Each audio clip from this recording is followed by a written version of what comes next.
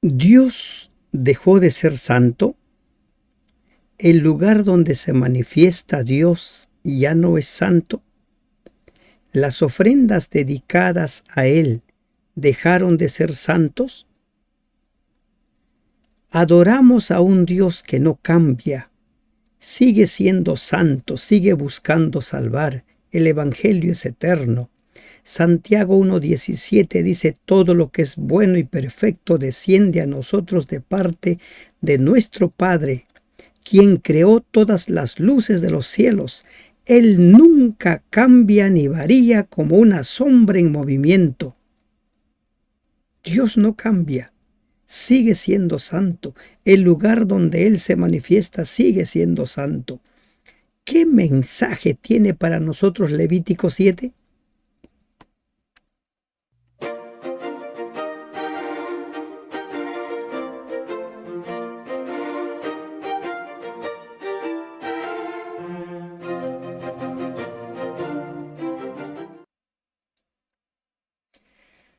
Perlas del libro de Levítico. Bendito Padre que estás en los cielos, al iniciar, Señor, el estudio de tu palabra de este día, te rogamos que nos dirijas a lo largo del capítulo 7 de Levítico. Háblanos, Señor, y muéstranos las perlas para nuestra vida. Te lo rogamos, Señor, en el nombre de Jesús, tu Hijo amado. Amén. Buen día, estimados hermanos. El Señor bendiga el hogar de cada uno de ustedes. El Señor pueda responder sus plegarias, sus oraciones. Recuerden, siempre cerremos nuestras oraciones pidiendo que se haga su voluntad. Nosotros queremos muchas cosas, pero Dios sabe qué es lo que es mejor para cada uno de nosotros. ¿Qué es lo que vamos a aprender en el capítulo de hoy? Este capítulo tiene varias subsecciones. Todo se inicia con la ley sobre las ofrendas por alguna culpa. Luego veremos cuál es la porción de los sacerdotes, en qué consiste, se dan más detalles sobre la ofrenda de paz, la prohibición de comer grasas y sangres, y se cierra con la conclusión. Hasta aquí, Dios ha dado a Moisés las instrucciones de cómo debe presentarse cada persona a adorar.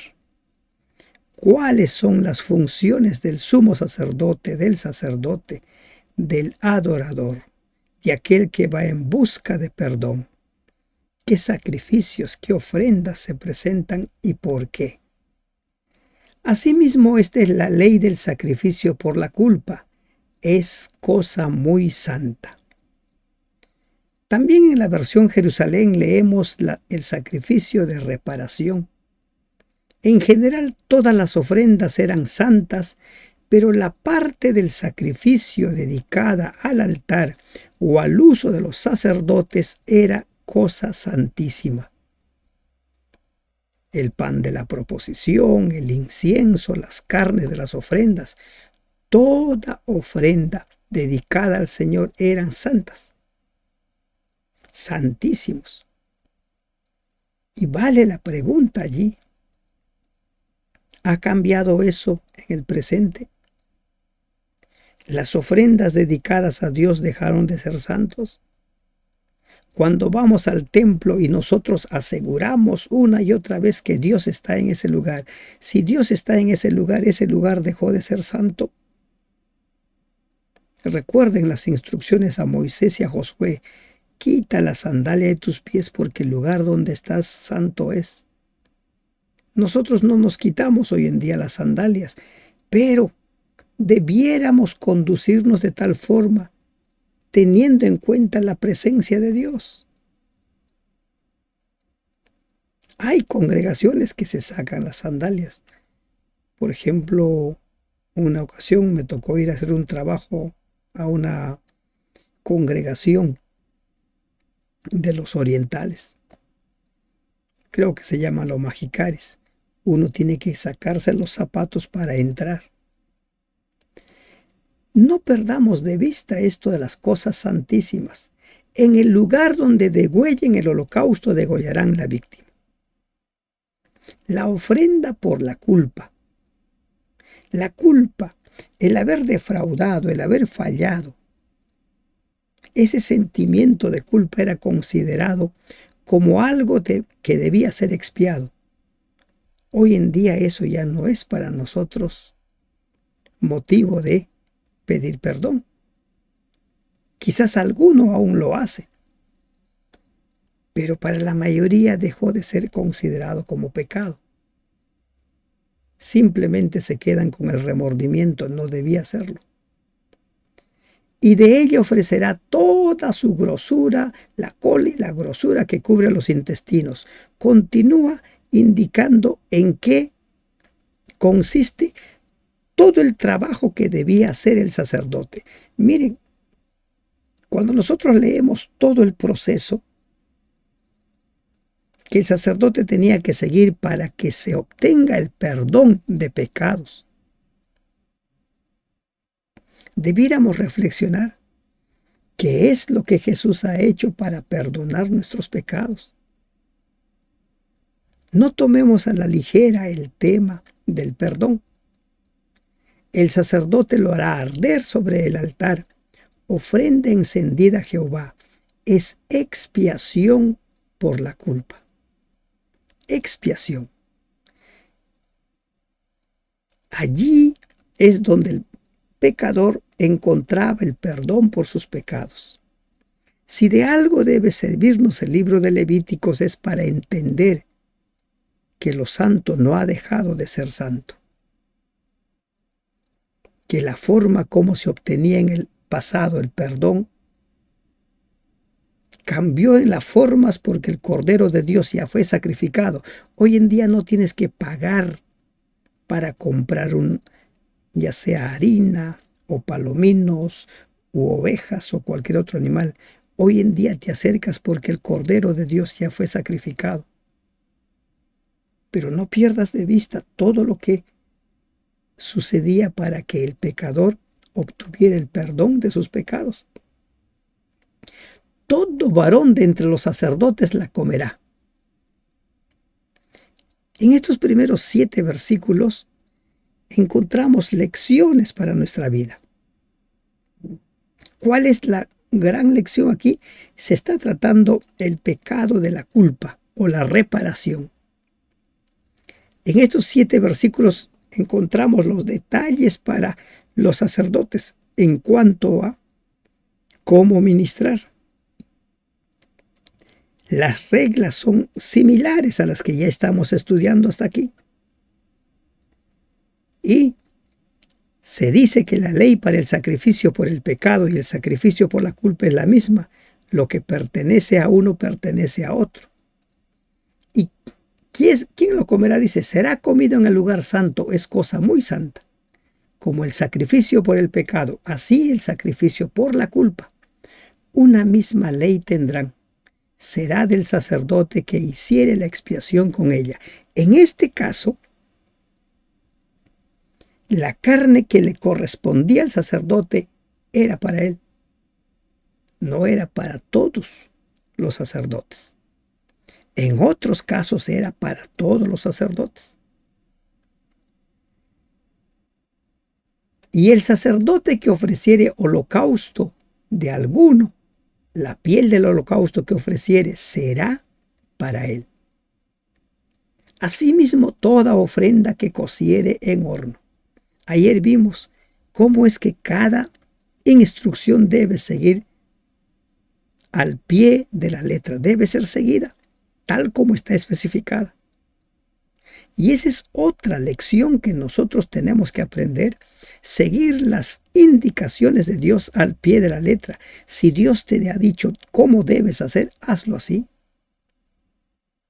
Toda ofrenda amasada con aceite o seca serán de todos los hijos de Aarón, tanto de uno como de otro. Aquí ya se generaliza. Entonces los versículos 8 al 10 tratan de la parte de la ofrenda que pertenece al sacerdote y a su familia. Aquí ya vamos encontrando el sostén de los sacerdotes. Ellos no habían recibido herencia y no recibirían herencia allí en Canaán. Pero Dios ya está dejando en claro cómo vivirían ellos. Las partes que le corresponden. Este último versículo, el versículo 10, designa que toda ofrenda vegetal mezclada con aceite o seca será repartida entre todos. La ofrenda vegetal, esa ofrenda voluntaria. De los versículos 11 hasta el 38 se nos habla acerca del sacrificio de paz. Pero hay pequeñas divisiones. Por ejemplo, el versículo de los versículos 12 al 14. Esta es la ley del sacrificio de la paz que se ofrecerá a Jehová. Si se ofreciera en acción de gracias, ofrecerá por sacrificio de acción de gracias tortas sin levadura amasadas con aceite. Y siguen las indicaciones. Con tortas de pan leudo presentará su ofrenda en el sacrificio de acciones de gracias de paz. Los Estados Unidos se caracteriza por ser una nación que tiene un día dedicado al Día de Acción de Gracias. Y ese día tiene su origen, tiene su razón de ser. Agradecen a Dios por haberles permitido llegar a esas tierras, los antepasados. Ya hoy en día los Estados Unidos no es lo que fue en su origen. Pero de ahí surge lo de acción de gracias, dar gracias a Dios. Y la Biblia está llena de indicaciones de acciones de gracias. Pablo escribe mucho sobre las acciones de gracias. ¿Por qué debiéramos nosotros presentarnos ante el Señor con acciones de gracias? Entonces estos versículos del 12 hasta el 14 explican la preparación de la ofrenda de acción de gracias. Es una ofrenda a Jehová, detalle a detalle, paso a paso. Si usted es de las personas que considera que el Levítico ya no se debe leer porque ya no tiene enseñanzas, sí tiene. Encuentre la perla, encuentre el mensaje. Y una de ellas es hacer como Dios ha dicho, paso a paso. Ayer leíamos Hechos 2, donde Pedro les habla a las multitudes cómo obtener el perdón de sus pecados, qué debían hacer para acercarse a Dios, paso a paso. Y el versículo 15 da una información muy importante. La carne del sacrificio de paz en acción de gracias se comerá en el día que fuere ofrecida. No dejarán de ella nada para otro día. Tal como la Pascua. La carne del sacrificio de paz se comía ese día. Y aquí encontramos nosotros enseñanzas. Esta orden, en buena parte, buscaba o promovía la higiene, las relaciones sociales y la libertad para con los pobres. De estas tres razones, la primera era la más importante. El clima en esos lugares era cálido y la descomposición pues estaba allí a la puerta.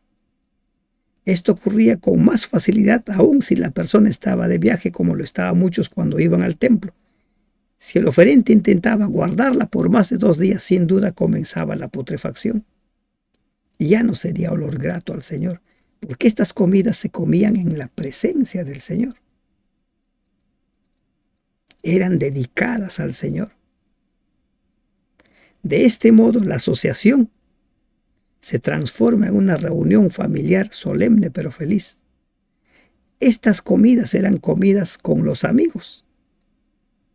Era un día para celebrar, como dice Salmo 42:4, Isaías 30:29. La presencia del levita invitado le daba a la fiesta cierta dignidad y proporcionaba una oportunidad para que éste instruyera a su familia. Entonces, ¿qué encontramos nosotros? Esas comidas ofrecidas por la ofrenda de paz eran comidas de hermandad. Y también se invitaba, como ya mencionamos, a los levitas. Ahora otra consideración, ¿por qué invitar? Las riquezas lamentablemente no están repartidas en forma pareja. Algunos tienen más, otros tienen menos. Dios manda a los que tienen que compartan con los que no tienen. Deuteronomio 15, 7 al 11. Entre los que eran pobres en bienes terrenales estaban los levitas, por eso se los debía recordar. Deuteronomio 12, 19 al 12. La instrucción de Cristo de llamar a los pobres, los mancos, los cojos y los ciegos cuando se hiciera una fiesta, Lucas 14, 12 y 13, es una reiteración de las órdenes de Moisés y refuerza las palabras de Isaías 58, 6 y 7. Refuerza cada una de esas palabras. ¿Por qué? En el capítulo 25 habla mucho Jesús acerca de sus hermanos pequeñitos, los pobres. Siempre nosotros debiéramos buscar una forma de, con las bendiciones que el Señor nos da, sean pocas o muchas, compartir con aquellos que requieren de ella. Mas si el sacrificio de su ofrenda fuere voto o voluntario, será comida en el día que ofreciere su sacrificio, y lo que de él quedare lo comerá al día siguiente. Miren la diferencia. El primero no era voluntario, debía ser comido el mismo día. El segundo era voluntario, podían guardarlo con los riesgos que acarreaba ello para el día siguiente. Pero esas indicaciones son dadas por Dios. No fueron ocurrencias de Moisés. Con el tiempo se acuñó la frase, la ley de Moisés. Pero Moisés no tiene ni una ley. Usted está viendo. Como vamos a ver en el cierre de este capítulo. Dice que todas estas instrucciones se lo dio Dios a Moisés en el monte del Sinaí. Lo que quedare de la carne del sacrificio hasta el tercer día será quemado en el fuego. Si esa ofrenda voluntaria debía ser comido hasta el segundo día, como mencionamos, corriendo los riesgos de la descomposición, pero sí ya no se podía comer el tercer día. Ya no. Y si alguien lo comía ese tercer día, corría el riesgo de ser cortado. Esa comida debía ser quemada en el fuego. Porque en el versículo 18 se da la advertencia. Si se comiere de la carne del sacrificio de paz al tercer día, el que lo ofreciere no será acepto, ni le será contado. Abominación será, y la persona que de él comiere se llevará su pecado. No obtendría el perdón por desobediente. Este versículo tiene una fuerte amenaza sobre el asunto. Esto será considerado inmundo y la persona que coma de ella cargará con su culpa. No obtendrá perdón. Así como recuerdan la oración del fariseo y el levita. El levita bajó perdonado después de su oración, el fariseo no. ¿Por qué? Porque no siguió las indicaciones de Dios. Porque no obedeció. ¿Se va dando cuenta de cuán ricas perlas encierra Levítico? No te concentres simplemente en qué oveja murió, cuánto de harina, cómo se cocina, sino concéntrate en el mensaje. ¿Cuál es el mensaje? La desobediencia implicaba que esa persona simple y llanamente no obtenía el perdón de sus pecados. Proverbios dice, el que encubre su pecado no va a ser justificado. Su oración tampoco será escuchada. De los versículos del 19 al 21, estos versículos tratan directamente de las cosas y personas inmundas. La ley prohíbe el uso de ofrenda que no ha sido purificada, y los que participan en la comida de esta ofrenda deben ser santificados. Y la carne que tocare alguna cosa inmunda no se comerá, al fuego será quemada. Toda persona limpia podrá comer la carne, solo los que estén limpios. ¿Y quién está limpio? El que se arrepintió, el que confesó sus pecados. Isaías 1:18 dice: vengan y estemos a cuenta. Pero la persona que comiere la carne del sacrificio de paz, el cual es de Jehová, estando inmundo, sin haber hecho cuentas con Dios. Y hacer cuentas con Dios no es difícil si no lo crees, no lo quieres. Si tú quieres estar a cuentas con Dios, es doblar tus rodillas, confesar tus pecados, arrepentirte de ellos. El cual es de Jehová, estando inmunda, aquella persona será cortado de entre su pueblo. ¿Y por qué este hecho de ser cortado? Aquí hay una clara rebelión. Una rebelión directa contra Dios. Dios ya dijo cómo debe ser. Lo mismo sucede hoy en día. Hay una clara rebelión de muchos que se precian de ser cristianos al decir que el domingo es el día del Señor. Una clara rebelión al decir que las leyes de Dios ya fueron anuladas. Una clara rebelión al decir que el Antiguo Testamento ya no sirve para nada. Una clara rebelión. Y aquí se habla de que esa persona sería cortada de entre su pueblo. ¿Saben? Lamentablemente, la gran mayoría se perderá. Así como en el tiempo del diluvio, solo 8 se salvaron y todos los demás murieron. En el tiempo del fin, la gran mayoría se perderá, serán cortados por su clara rebelión contra el Señor. Cortados. Muchos cuando leen esta palabra será cortado. Dice que qué duro era Dios, qué tajante. En cambio, el Dios del Nuevo Testamento es un Dios de gracia. El Dios del Nuevo Testamento, como lo llaman algunos, que no es otro, el mismo Dios del Antiguo Testamento,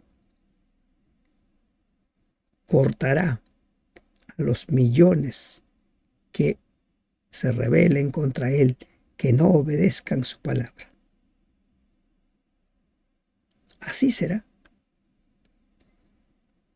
Además, la persona que tocare alguna cosa inmunda, inmundicia de hombre o animal inmundo, o cualquier abominación inmunda, y comiere la carne del sacrificio de paz, el cual es de Jehová, aquella persona será cortada de entre su pueblo.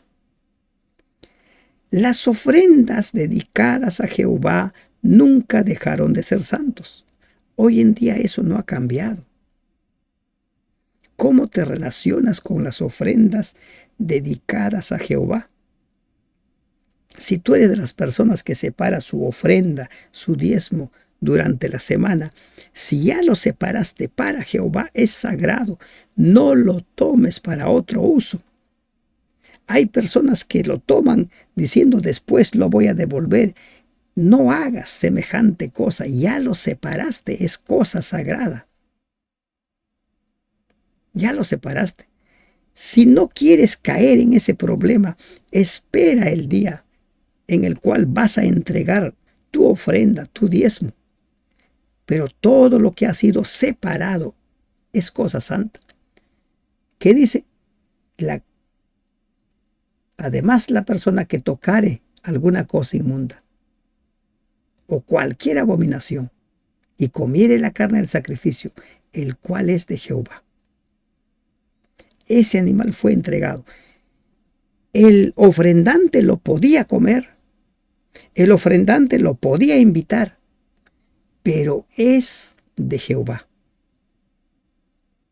Recuerde esta perla.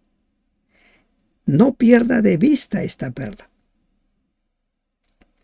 De los versículos del 22 en adelante hasta el 27, se da la orden acerca de cómo tratar el sebo y la sangre. Habló más Jehová a Moisés diciendo: habla a los hijos de Israel, diciendo: ninguna grosura de buey, ni de cordero, ni de cabra comeréis. Ninguna. Hay quienes sostienen que esta prohibición de que no se debe comer no es generalizado. Dicen, parece una prohibición completa, pero el pasaje demuestra que la prohibición incluye el cebo de los animales usados en el sacrificio. Capítulo 3, versículo 3, capítulo 4, versículo 9. Los animales muertos por causas naturales y los animales despedazados. De esos tampoco. Y puede que tengan razón. Recuerden que cuando Dios dice no, se refiere a eso en específico. En cambio, cuando dice sí, está generalizando. Habla a los hijos de Israel: ninguna grosura de buey, ni de cordero, ni de cabra comeréis. Y en asuntos de salud sabemos que las grasas son bien perjudiciales. Es necesario consumir algo de grasa si el cuerpo lo necesita, pero lo requerido. La grosura de animal muerto y la grosura del que fue despedazado por fieras se dispondrá para cualquier otro uso, mas no la comáis. Aquí parece que está implícito de lo que no está indicado si lo podían comer. Se dice que esa parte de la comida, de la espaldilla junto con la grasa, era la parte más sabrosa de la oveja. Quizá alguno que come carne de oveja pueda dar testimonio si esto es cierto o no es cierto. Porque cualquiera que comiere grosura de animal, del cual se ofrece a Jehová ofrenda encendida, la persona que lo comiere será cortado de entre su pueblo. Una vez más la advertencia: cortado. ¿Por qué? Por desobediente. Cortado por rebelde. Por no seguir las indicaciones de Dios al pie de la letra. Y ahora aquí encontramos un tema que realmente nos desafía, porque, por ejemplo, el Estado, aquí en el Perú, el Ministerio de Salud promueve el consumo de sangrecita, aludiendo a que es muy beneficioso para recuperarse de la anemia. Se alimenta a los niños con sangrecita, se indica a las personas adultas que consuman sangre. Además, ninguna sangre comeréis en ningún lugar en donde habitéis, ni de aves ni de bestias. Aquí no hay excepciones como en el caso de la grasa. Es general. Ninguna en donde habitéis, ni de aves ni de bestias. Cualquiera persona que comiere de alguna sangre, la tal persona será cortada de entre su pueblo. Todos los rebeldes serían cortados de entre su pueblo. Y ese es un anuncio de lo que va a suceder en el tiempo del fin.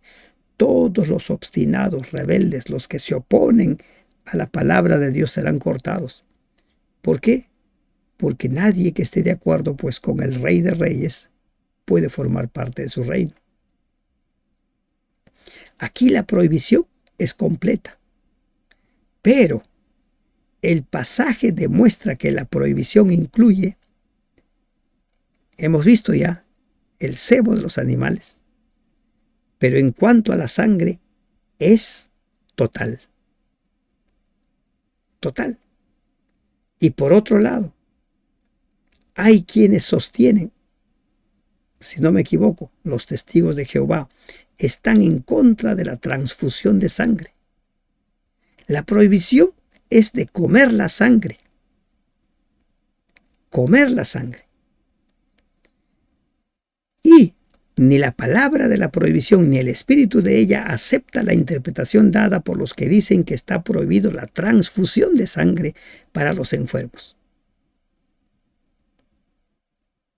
Y esa medida de impedir que se produzca la transfusión de sangre va en contra de un principio elemental,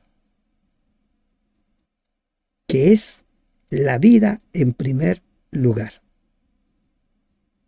La vida en primer lugar. De los versículos 28 al 34, aquí se nos dan instrucciones adicionales del sacrificio de paz para el sacerdote. Habló más Jehová a Moisés diciendo: habla a los hijos de Israel y diles: el que ofreciere sacrificio de paz a Jehová, traerá su ofrenda del sacrificio de paz ante Jehová. Es decir, la persona misma lleva su ofrenda. ¿Cuál es el procedimiento?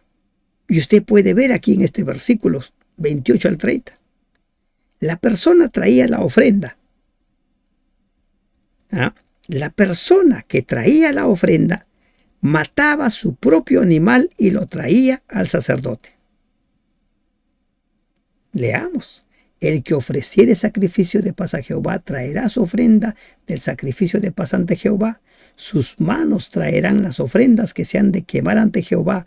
Traerá la grosura en el pecho para que sea mecido como sacrificio mecido delante de Jehová. ¿Y de dónde decimos que mataba? Eso lo dice el capítulo 1, recuerden.